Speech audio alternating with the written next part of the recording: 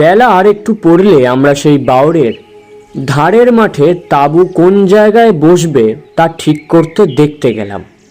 নদীর ধার থেকে গ্রাম একটু দূরে হলেও গ্রামের মেয়েরা নদীতেই জল নিতে আসে।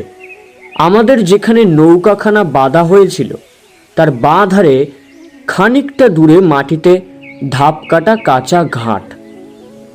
গ্রামের একজন বৃদ্ধ বোধহয় নদীতে গ্রীষ্মের দিনের বৈকালে স্নান করতে আসছিলেন।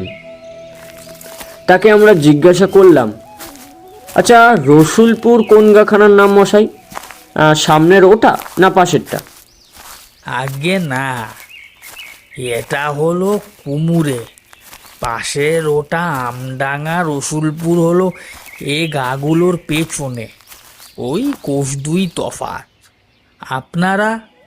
আমাদের সঙ্গী নৃপেনবাবুর সঙ্গে বৃদ্ধের নানা রকম কথাবার্তা চলতে লাগলো। জোয়ারের অপেক্ষায় নৌকা ছাড়তে দেরি হতে লাগলো।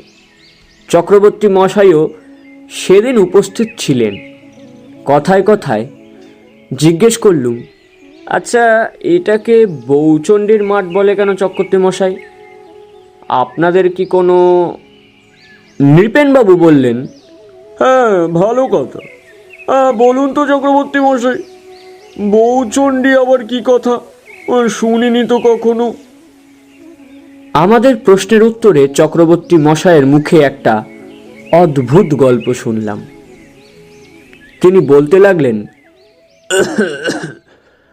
শুনুন তবে, এটা সেকালের গল্প। ছেলেবেলায় আমাদের ঠাকুমার কাছ থেকে শোনা। এ অঞ্চলে অনেক প্রাচীন লোক এ গল্প জানে। কি সেই গল্প? শুনতে হলে চোখ রাখতে হবে গল্পের হাট চ্যানেলে। আগামী রোববার ঠিক দুপুর 1টায় গল্পের হাটে নতুন গল্প।